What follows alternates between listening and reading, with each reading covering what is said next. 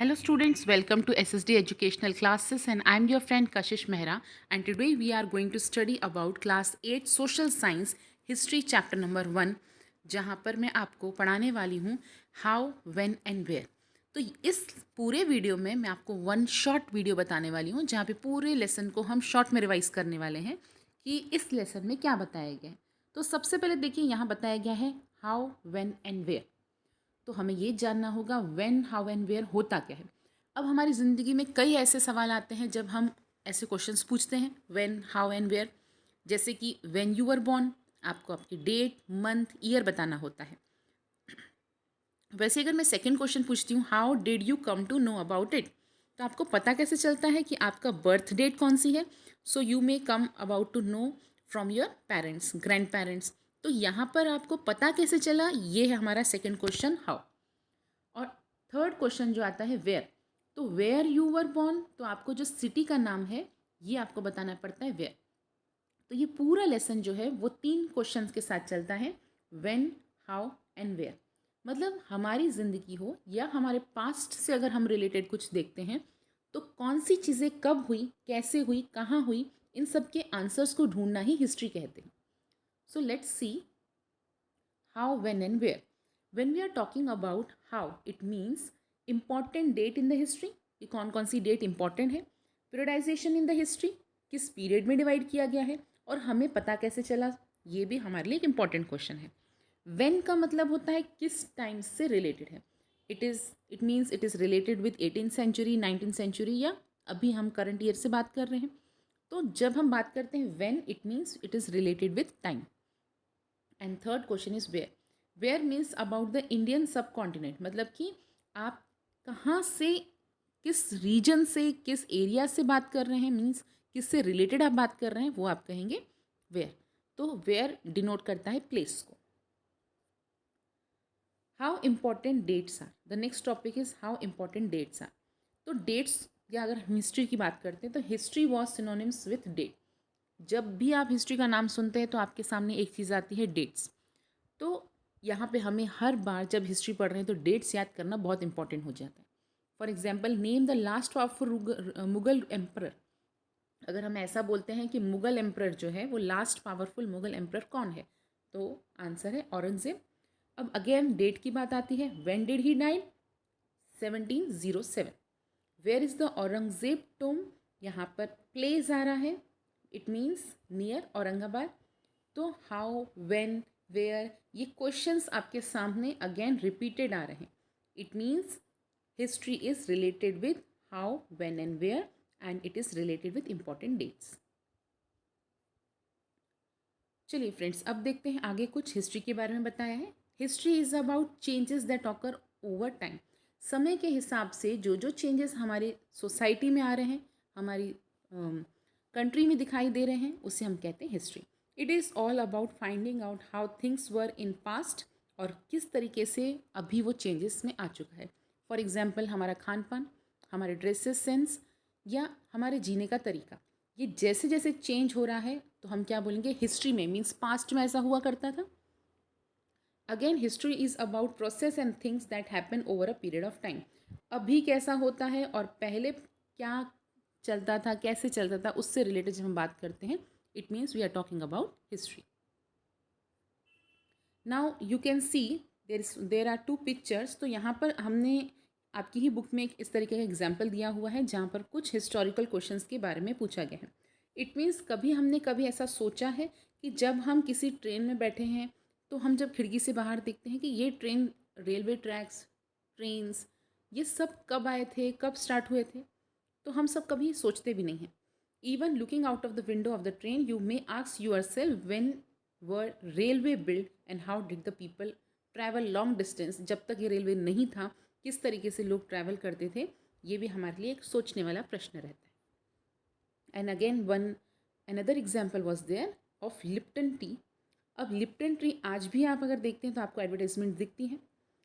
तो उस समय जब स्टार्टिंग में ये एडवर्टाइजमेंट आई थी तब ये आई थी 1922 में, और तब लिप्टन टी की एडवर्टाइजमेंट कुछ इस तरीके से दिखती थी। और आज जो लिप्टन टी की एडवर्टाइजमेंट है समय के हिसाब से चेंज होती गई। We take things for granted as if what we see has always been in the world inhabited. हमें ऐसा लगता है जो चीज़ें अभी हम देखते हैं वो हमेशा ऐसी रहती हैं, लेकिन ऐसा नहीं होता है। समय के हिसाब से सब चीज़ें चेंज हो जाती हैं। जैसे आप देख पाएंगे हमारी जो ऐड है लिप्टन टी की कुछ इस तरीके से दिख रही है, लेकिन आज के टाइम पे लिप्टन टी का उनका कवरिंग, उनका पैकिंग सिस्टम, उनका एडवर्टाइजमेंट सब चेंज हो चुके हैं। Which date in the histories written by British historians in India the rule of each governor general was important? अब अगर हम बात करेंगे सबसे पहले गवर्नर जनरल की, तो वो थे वॉरेन हेस्टिंग, और सबसे लास्ट गवर्नर जनरल थे वो थे वाइसरॉय लॉर्ड माउंटबेटन। तो यहाँ पर आपको दो पिक्चर्स बताई गई हैं, जो सबसे पहले थे और जो सबसे लास्ट में थे। तो सबसे पहले थे वॉरेन हेस्टिंग एंड सबसे लास्ट में जो थे वो थे माउंटबेटन। तो यहाँ पर हमें पता चला कि टाइम के हिसाब से इनके गवर्नर भी चेंज होते गए।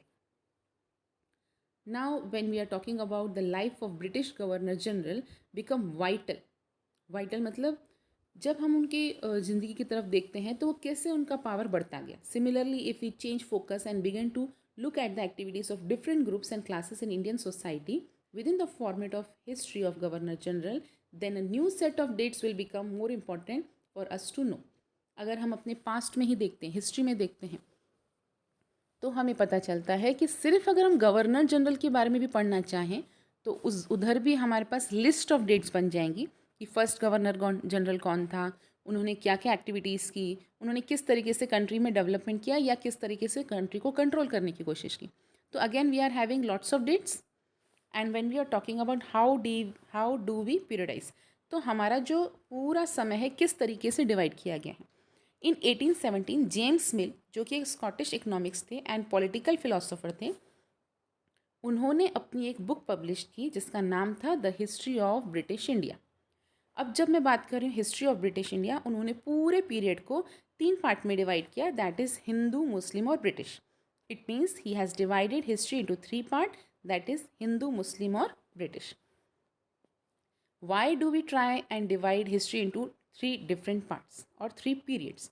हालांकि अगर हम अपनी हिस्ट्री में चेक करते हैं तो हमारी जो इंडियन हिस्ट्री है वो 3 पार्ट में डिवाइडेड है, एंशियंट, मिडिवल एंड मॉडर्न। तो जो जेम्स मिल थे उन्होंने हिस्ट्री को 3 पार्ट में डिवाइड किया था according to the ruling system, that is Hindu, Muslim and British. What do you mean by colonial? अब यहाँ पर एक नेक्स्ट टॉपिक जो स्टार्ट हो गया है। When we subjugate means when we control one country और when one country is control by another country, तो उसे हम कहते हैं वो कॉलोनियल बन जाती है। अब कंट्रोल किस तरीके से? या तो एक कंट्री दूसरी कंट्री के पॉलिटिकल मैटर्स में अफेयर कर रही है, इट मीन्स उनके पॉलिटिकल जितने भी डिसीजंस हैं उनको कंट्रोल कर रही है, या इकोनॉमिक डिसीजंस में कंट्रोल कर रही है, सोशल या कल्चरल चेंजेस में इंटरफेयर कर रही है, तो हम उसे कहेंगे वो कंट्री उसकी कॉलोनियल कंट्री है। हाउ डू वी नो कि किस तरीके से कंट्री चलती थी? जब भी हम अपने एडमिनिस्ट्रेटिव रिकॉर्ड्स की तरफ देखते हैं, तो हमें पता चलता है कि हमारे पास कुछ रिटन ऑफिशियल रिकॉर्ड्स हैं जो ऑलरेडी ब्रिटिश एडमिनिस्ट्रेशंस ने संभाल कर रखे थे। क्योंकि उससे पहले हम लोग कैसे लिखते थे, हम अपने जो भी डॉक्यूमेंट्स थे वो मैन्यूस्क्रिप्ट के फॉर्म में, इंस्क्रिप्शंस के फॉर्म में लिखते थे। लेकिन जब से फिर ब्रिटिश गवर्नमेंट आई और उन्होंने सारे डॉक्यूमेंट्स को प्रिजर्व करना स्टार्ट कर दिया, तब हमें पता चला कि ये डॉक्यूमेंट प्रिजर्व करना इसलिए ज़रूरी है ताकि उसको हम फ्यूचर में उसको देख सकते हैं, उसको रेफरेंस के लिए ले सकते हैं। सो आज भी अगर हम देखें तो हमारे पास बहुत सारे डॉक्यूमेंट्स जो ब्रिटिश टाइम के हैं वो आर्चीव्स ऑफ म्यूज़ियम में मिल जाते हैं। वहीं पे नेक्स्ट टॉपिक जो आता है वो है सर्वे बिकम इम्पॉर्टेंट। सर्वे क्यों इम्पॉर्टेंट है? To know the country and for effective administration. अगर आप अपनी कंट्री को जानना चाहते हैं और अपनी कंट्री में एक प्रकार का एडमिनिस्ट्रेशन मीन्स कंट्रोल करना चाहते हैं, it means there is very much important to survey about it. Survey का मतलब है किसी भी चीज़ को फाइंड करना। By the early 19th century, detailed survey was carried out to map the entire country. The effort was to know the flora and fauna. पहले time पे हम सिर्फ अपनी कंट्री के पेड़ पौधे, सॉइल की क्वालिटी, पैटर्न, क्रॉपिंग पैटर्न किस तरीके से, ये जानने के लिए सर्वे करते थे।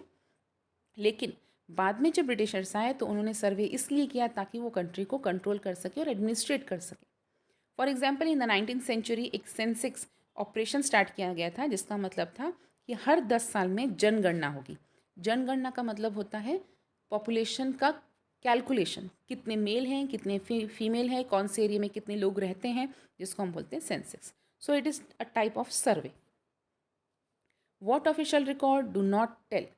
अब अभी थोड़ी देर पहले मैंने आपको बताया कि ब्रिटिशर्स ने ऑफिशियल्स रिकॉर्ड्स को मेंटेन किया था, जिससे हमें पता चल पाया कि पास्ट में क्या हुआ था.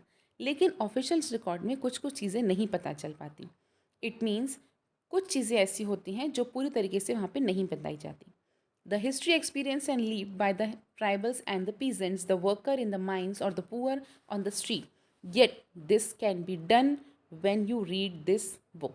It means जब आप बुक्स को डिटेल में पढ़ते हैं, जैसे कि आपको एक पिक्चर यहाँ पे दिखाई दे रही है जो कि रिबुलेशन की है, जो 1857 में हुआ था. तो ये ऐसी सब बुक्स पढ़ के, पिक्चर्स देख के आपको पता चल जाता है कि ये सब पास्ट में हो चुका है. लेकिन कई ऑफिशियल्स रिकॉर्ड्स हमें ये सब कुछ भी नहीं बताते. The other sources to understand about the other people and their actions in the countries, many a times we can see diaries of the people. कुछ लोग डायरीज लिखते हैं, उनसे हमें पता चला था कि पास्ट में क्या हुआ.